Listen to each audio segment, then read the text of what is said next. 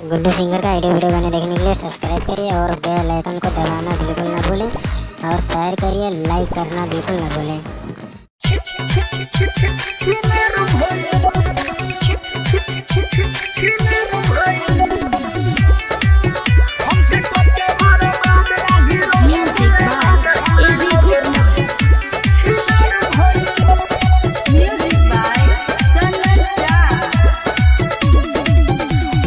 बचपन से करत रहू हमारा से प्यार हो, तब कहे छोरी हमें गइलू ससुरार हो।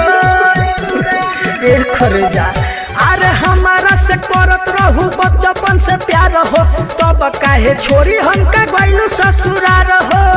सब झूठा वादा कसम ते हमारे खैले, दिल पे कोई के वार दोसर खोजलू भटार। हमरा नजर में ते पकिया छिनर भइले, हमरा दिल पे पके वार दोसर खोजले भटार। हमरा नजर में तू पकिया छिनर भइले।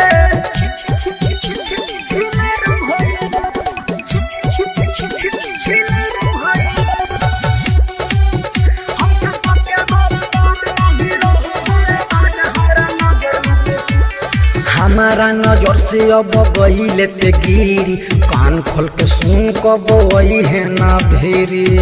सुन ले रे, हमारा नजर से अब गईले ते गिरी, कान खोल के सुन कब वही है ना भेरी। हमके जियते जे अगिया में जार गईले, हमके पके बर्बाद नहीं रहबे आबाद। हमरा नजर में ते पकिया छिनर भइले, हमके पके बर्बाद नहीं रहबे आबाद। हमरा नजर में तू पकिया छिनर भइले।